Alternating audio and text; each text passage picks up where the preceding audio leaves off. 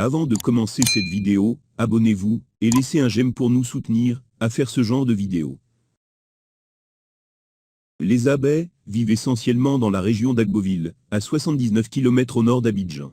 On les retrouve donc dans les départements préfectoraux d'Azaguié, Rubino, Loviguié, Grand Morié. Il y a aussi des abeilles dans les zones de Tiassalé, Ndouci, Bingerville, Lakota et Divo.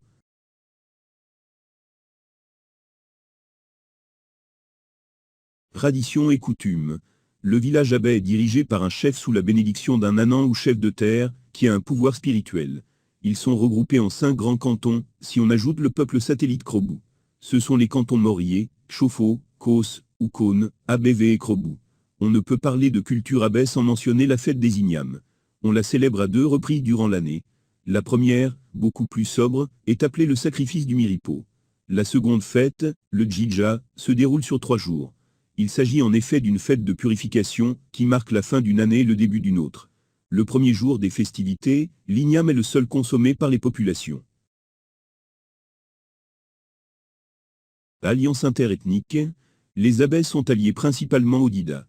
Ils le sont aussi aux Abourés, Abidji, Mbato. Histoire. Il y a 2 légendes sur les origines des abeilles. Selon la première, les abeilles seraient originaires du Ghana voisin, descendants des Agua, Anibraf, Ndenié, Moronou. Le premier ancêtre des abeilles se nommerait Kuri Kuri. C'est pendant le règne de son arrière-petit-fils, menacé par leurs voisins Ashanti et Konogo, qu'ils vont se déplacer pour des terres paisibles, à l'ouest, sur le territoire ivoirien. Après avoir traversé la Tanoé et la Comoé, ils décident de s'installer entre Agboville et Adzopé. Ils y créent un village nommé Douda appelé aujourd'hui Grand Morié. Selon la seconde légende, qui relève vraiment du mythe, certaines sources orales affirment que les abeilles auraient toujours habité le pays qu'ils occupent actuellement depuis la création du monde, et qu'ils ne viennent de nulle part. Les abeilles sont ceux que Dieu a jetés du ciel sur la terre. La révolte de 1910. Durant la période coloniale, une révolte laminaire du peuple abeille en janvier 1910, début 1905, fin 1918, conduit à la déportation de plusieurs ressortissants de ce groupe ethnique vers la Centrafrique et le Congo-Brazzaville.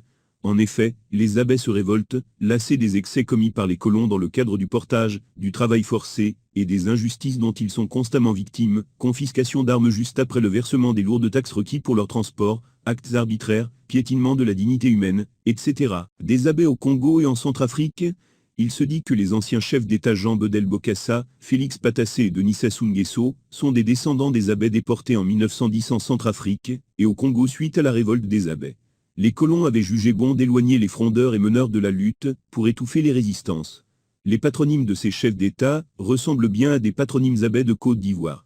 La vraie identité pour Jean Bokassa serait Bokassa, Patassé pour Patassé, et Sassou Nguesso pour Sassou Nguesso. Source, Wikipédia, Réseau Ivoire, Akakonin collection digitale documents de sciences humaines et sociales.